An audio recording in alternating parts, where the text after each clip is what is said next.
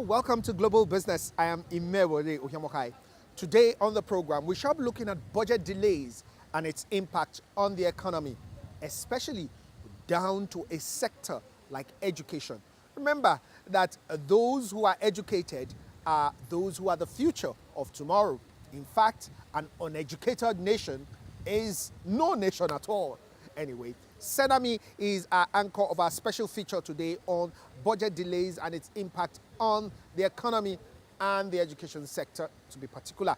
And she will be telling us what exactly that means and how it is affecting business, especially global business in Nigeria. Senami, over to you.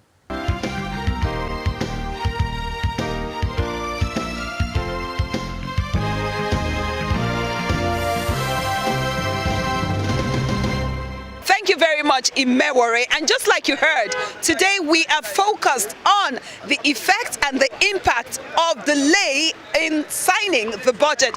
What are the effects on the Nigerian economy? We've spoken to a number of Nigerians who believe that these delays have negative impact on the economy. However, President Muhammadu Buhari is expected to sign the budget this week. But our main focus is the education sector.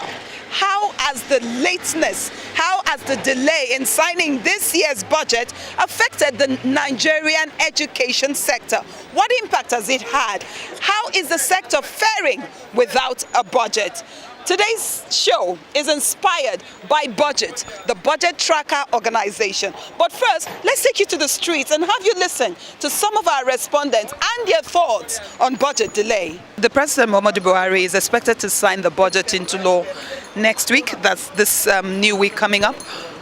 What impact has the delay? Because this is June. The budget is just being signed now.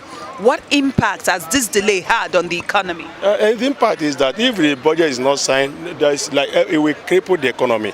Nobody will know where it's going about. Nobody will know where to go and where to get anything. Like people that are important, if the budget is not passed, they will not know how to the rate. It will affect the rate of the currency, naira and dollar currency. To be honest and to be candid, it has a lot of negative impact to the economy. Because the reason is this: first and foremost, you have to, when you wake up in the morning, you have to have a plan of what you want to do for the year, or what you want to do for the day, rather, sorry.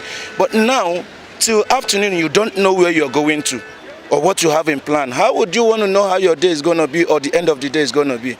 The government not having the budget signed up to this minute has done a lot of things to the economy, because with or without people knowing it, the simple truth is that having to plan on time makes you to get the right thing done on time. If budget is not signed by the National Assembly, it has a kind of toll, it has an effect on the economy in the sense that government will not be able to spend on capital projects. If there is no spending by the government, thereby it affects the common man on the street, because they won't have the money in their pocket. In fact, it has a lot of impact, because there are a lot of projects that have not taken on.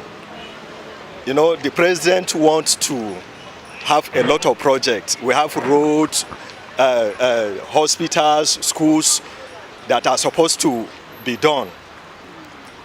But because the budget is not signed, or they have not been signing it, and because of the padding, you understand?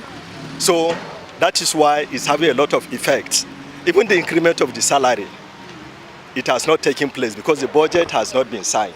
Whereby the National Assembly has passed it, but the presidency is yet to do it. Although reports are that President Muhammadu Buhari is expected to sign the budget next week. But when they don't sign, do you think the effects are the same? Yeah, I don't see the reason why the president should be delaying signing the budget. Once the National Assembly, they have signed it into law, the next thing, if the president really have the interest of people at heart, and he knows that not signing this budget will have a negative effect on the people. So I don't think there's any reason whatsoever for him in delaying of signing the budget. So I think it should switch to action and sign the budget as soon as possible. The budget is being delayed because the National Assembly members are not willing to cooperate with the president. Do you understand? So they have their own agenda. That is why they don't want to allow the budget to take on. And I'm just blaming the National Assembly. They are the ones that are delaying the signing of the budget all the time. And whatever happens, they are going to be held responsible. We are just watching them. There's a popular saying that justice delayed is justice denied. Truth be told, budget delayed is also budget denied, and eventually justice denied. Or what are your thoughts? I am Senami Ohiamokai. Thanks for watching. Imewore, it's back to you.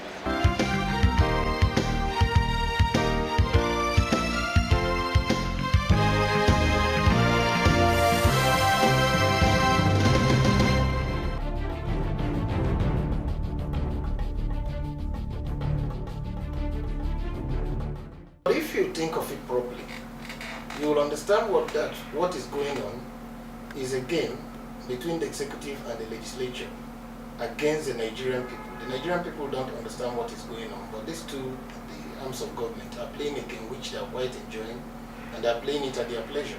Why do I say so? When the budget was signed into law last year, around the 12th of June, the Appropriation Act provided that the budget shall run for 12 consecutive months. So if you calculate 12 consecutive months from 12th of June of last year, the budget is expiring today. It is from tomorrow there will be no budget if nothing is done. And the president signed it, and that is the law.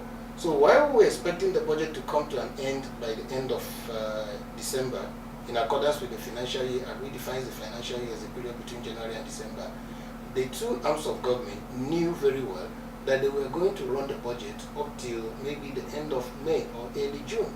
So they simply were dilly-dallying and delaying to meet that expectation which was already provided in the law, which has not been repealed. And so they are at the end of May and early June. So they were actually working from the question to the answer. They already knew what they were doing. So there are two ways to look at it. But the challenge now is that they have now extended it beyond that period, because if the budget expires today and the president hasn't signed it, is far away Morocco, that means there's a lacuna, there's a huge gap. When you look at the 2018 budget, the budget has spent 216 days so far, and the delay mainly from our part, there's too much politicking in the budget process. The National Assembly and the executive all have the equal level of blame when it comes to delay of the budget. Now, the National Assembly continuously adjusts the oil benchmark price. The executive also basically doesn't get its ministers to appear before the National Assembly early enough. So there's been challenges on both sides. Another thing is the National Assembly also includes new projects into the budget. If you are going to adjust the oil benchmark price, you can use that opportunity to reduce the deficit in the budget. It means we're going to borrow less because we're going to have much more revenue. But what you find is the National Assembly even adding more projects in the budget, and the executive has to comb that effectively to be sure that these are the projects that matter to them. So I feel that there's been a poor understanding of how both arms of government should work when it comes to an important instrument as the budget. I think it is a power contestation among the legislative arm of government and the executive. Most times everybody wants to prove a point, and you have seen some flimsy reasons why budgets have not been passed in this country. So I think it speaks to the larger issue of power play most of the time. From our observation and following the entire budget process, we found that some MDAs did not show up months after months, and invites upon invites to them to come and defend their budget appropriation. A few of them is Ministry of Transport and Ministry of Power, Works and Housing. It took them months to come and defend their budget. And this also tells you that in the budget preparation process, the National Assembly is not carried along. That's why you see this delay. What would it take MDAs to send these documents beforehand, or even call for a workshop and invite them and give them an insight on what will be presented, and ask for their feedback and input?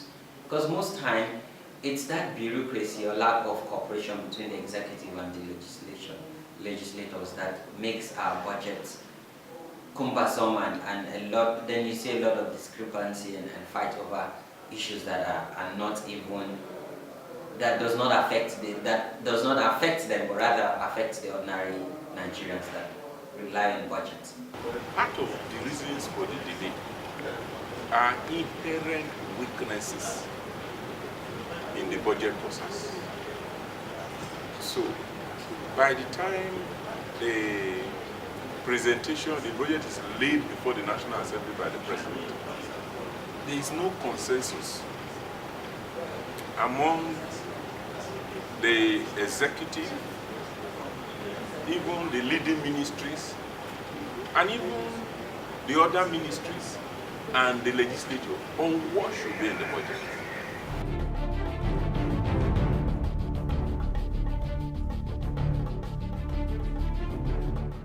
Well, I think the law allows expenditure of money, particularly for recurring purposes, up to a certain period of time. I think 6 months or thereabout. So I had expected that there was no reason why the president shouldn't have expressed his reservations, and then so that the National Assembly can work on it.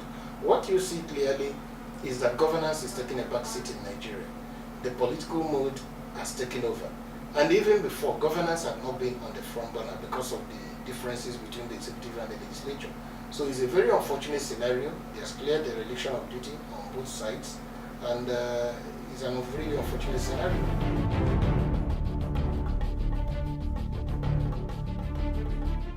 The impact is clear. One, both actors in government, in the private sector, in general civil society, everybody works on assumptions based on government's own economic policy, the budget, macroeconomic fundamentals. And now when you introduce uncertainty into government budgeting, it also means that all the actors that want to rely on government, what government says and what it plans to do, will definitely be uncertain. They cannot project with certainty about their economic activities and what they have to do. The recurrent component of the budget does not stop. It does not pause. You don't say until when we pass the budget, that is when we're going to offset our debt, or we're going to pay salaries, or we're going to run government as it is. The core part of the budget that always gets that time lag and that delay is the capital project. And that's the component that matters more to the citizens. In the East African bloc, Kenya, Burundi, Rwanda, there's a specific date that the budget is presented across all the countries, and there's also a timeline on when the budget is meant to be passed. So we can have October 1, instead of us making a jamboree for independence, it becomes the day that the budget is presented. And we know that the National Assembly has 3 months till end of December to ensure that the budget is signed into law. But with what we have done so far now, it looks like this will be an unending cycle, considering that there are elections next year, and politicians will be more distracted than ever. Of course, it's definitely going to impact on the economy in terms of infrastructure development. At the time that we're talking about diversification of our economy, you need to power that through infrastructure. So the moment you cannot spend at a given period, it's not something that you can actually measure in maybe months or days as such, because it has a multiplier effect. It speaks to the issue of unemployment. For instance, if the construction sector of our economy employs a lot of people, you've seen instances where people have been laid off because contractors cannot be paid, and that is also going to affect the social life of the people that have been laid off. Families are affected. I mean, development just comes to a standstill. It would affect jobs. It would affect planning and execution. It would affect contract performance. Now that Nigeria has just come out of recession, we need to spend more to balance the economy and see that we're now stable enough. So this has a lot of effects, and come to think of it, it means that medical supplies for government hospitals would not be provided. For public primary schools, they would not get teaching aids, So, and when we look at capital expenditure again, it means that projects that are ongoing that need supplementary funding from the next year budget cycle would be halted. Every, business, every sector waits for the budget as a stimulant to economic growth and economic activities.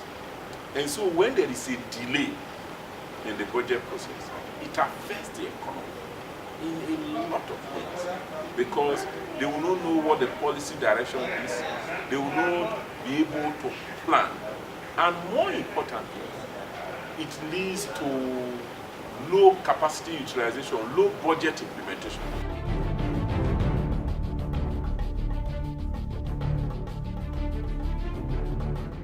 One of the basics of fulfilling the right to education is through the expenditure of public resources which have been budgeted. So to the extent that these resources are all available, but it's just the protocol between the executive and the legislature that is causing the delay, is clearly a violation. Nigeria is in violation of its right to fulfill the right to education. For instance, even though a good chunk of the budget is going for recurrent expenditure, we have a lot of capital needs in the education sector, hostels that need to be built, libraries, equipments, and teaching facilities. The fact that the resources are there and they are not being deployed to solve these challenges means that our education system, which is in the doldrums, is further going down. You know, we are backward, and we needed to take urgent steps to come forward to see if we can, you know, leapfrog and come to the fore. But we are taking steps backward instead of moving forward. So clearly, it doesn't augur well for the education system, neither does it augur well for any system at all. Personally, I don't think this administration has presented a coherent strategy when it comes to the education sector. Because up till now, you're not certain. Are we revising curriculum? Are we basically expanding infrastructure? Are we reviving research and innovation within our institutions? Are we putting much more investment in technical colleges? More of what you see are what I call side interventions for manpower, things that do not intentionally deal with the root of the challenge in the education sector. And now, when you have a sector that is being neglected by the government, in my own view, and you now delay the budget, you're basically not doing anything in that sector. And for us, time is not on our side. We have a teeming population, one of the fastest growing population in the world. We're going to have much more younger people than the whole of Europe, in particular, in the next 2 decades. There's some sort of urgency that we should put to our kind of work, I mean, as a country, as Nigeria. And that's what means why we need to step forward and put education in the front. But with the budget delay, we can't initiate new projects.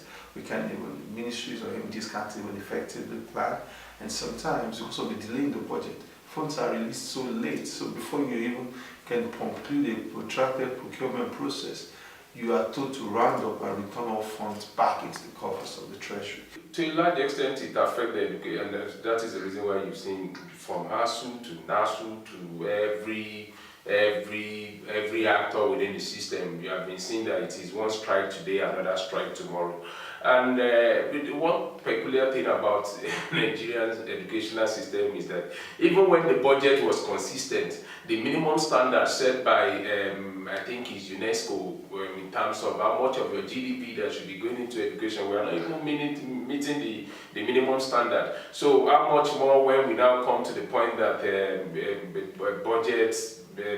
budgeting for education, the little amount that you are even budgeting is not getting across to the sector on time. So these are things that are going to have multiplier effect on the long run. I mean, on the long run, you see universities closing, you see teachers going on strike, and you even see, and the interesting thing is that there's a link between education and health. Most of the people that are working in, say, our tertiary institution, like medical doctors, some of them are also lecturing in some of our universities. So in one way or the other, students have to go. When they go on strike, students have to vacate campus and all those things. So I think it's something that affects education at both primary, secondary, and tertiary level, because libraries need to be equipped. But you have to pay the teachers, you have to pay everybody that is working within the system.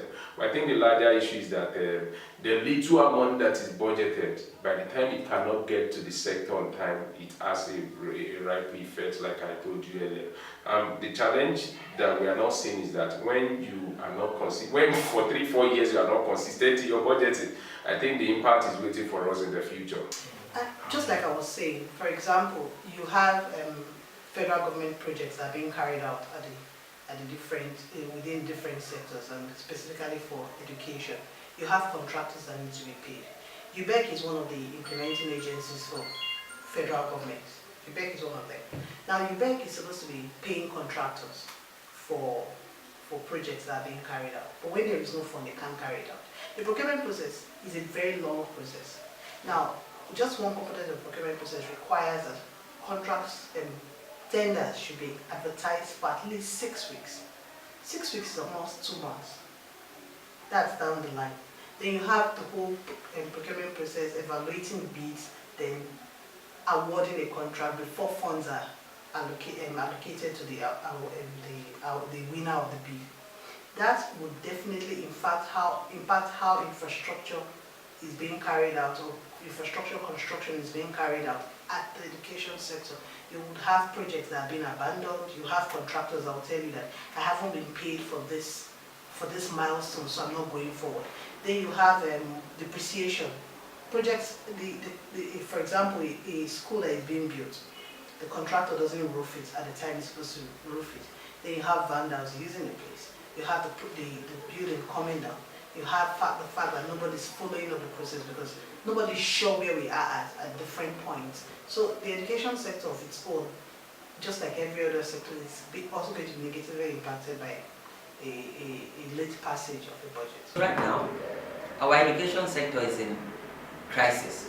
We're in dear need of various kind of intervention. And the sad part is, these young people, we call them the future of tomorrow, the future leaders of Nigeria. We would have no future if we don't ensure that these people get adequate and timely education. And today we see that even the allocation to the education sector is not enough, not to even talk about releases. In 2016, capital expenditure was just over 50 billion. 2017, just a bit over same figure. And now 2018. I think that for us as a country, we're not prioritizing education. And I'll give you a few instances. So the National Assembly has now proposed a review of the Universal Basic Education Act. And this was passed in the Senate in July 2017. Because the current act stipulates that first 9 years, compulsory free education. Compulsory free for first 9 years. And the Universal Basic Education provides counterpart funding. So 50% from federal government and 50% from the state. But then with this new amendment, it requires 12 years. So that's primary school and secondary school, because now you just end in junior secondary school. And we have a lot of dropouts. And this was proposed because in the history of the world, Nigeria have the highest out-of-school children in Africa. Over 10 million out-of-school children in Nigeria. And it was proposed that if we have 12-year compulsory, it means that people would graduate with their secondary school certificate, and maybe they can even go to the labor market before they secure admission. But then up till this moment, the House of Representatives have not passed this legislation. Because they need, before this becomes law and binding in our constitution, the both houses have to pass it, harmonize it, and send for presidential assent. But the Senate has passed this since July 2017. And now we're going into a campaign and electioneering season, and the House of Representatives that calls themselves the People's Parliament are yet to pass this very important educational legislation to get presidential assent. Does this show that we're serious as a country and as a people to push forward priority in our education sector? No, it does not. I think now we're even a laughing stock in the international community, because the Global Partnership for Education has invested millions of dollars. But then they need to see that political will and that commitment from government. And this will go a long way, but right now, we're being laughed at, that we're not even taking education serious. Over the years, we have had a lot of problems with the sector. There is declining quality of education. And, you know, I've always argued that for every sector that has challenges in Nigeria, we know what to do to deal with it. For the education sector, for instance, you know, first, we need to ensure that the educational curriculum is relevant. 2, we need to ensure that the environment of learning is conducive. 3, we need to ensure that the quality of teachers is sound. And 4, we need to ensure that students have access to that education. Once you deal with all of these issues, quality of education will increase. But we have had challenges in this country that the 2 main challenges with respect to education. First is that the budgetary allocation to education is too low. You know, for the past 18 years, the budgetary allocation to education is on the average less than 10%. When you go to other countries like Benin Republic, like Ethiopia, in fact Ethiopia, for the past few years, their budgetary allocation is over 20%. In some years, it's more than 30%. So there is a need for increased budgetary allocation to education. The second level is the utilization. How transparent is the utilization of budgetary allocation to education? So lateness of passage of budget affects education just like other sectors. And education itself has its own, you know, concrete and definite challenges. So those challenges are exacerbated. And for us to develop as a country, you know, we have always stated it. Any country that wants to see accelerated development and improvement in the lives of the citizens must prioritize 4 areas in terms of budgetary allocation: infrastructure, agriculture, health, and education. So we must give education the priority that it demands so that plans, policies, and budgets in education and other sectors will deliver services to citizens.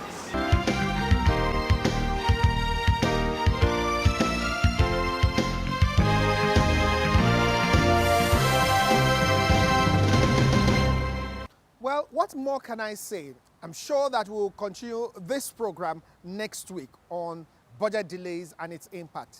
Meanwhile, we hope that this 2018 budget will be the last of the delays of budgets. I am Imewere Yamakai. It's always nice doing business with you. Let's do business again next week. Join us.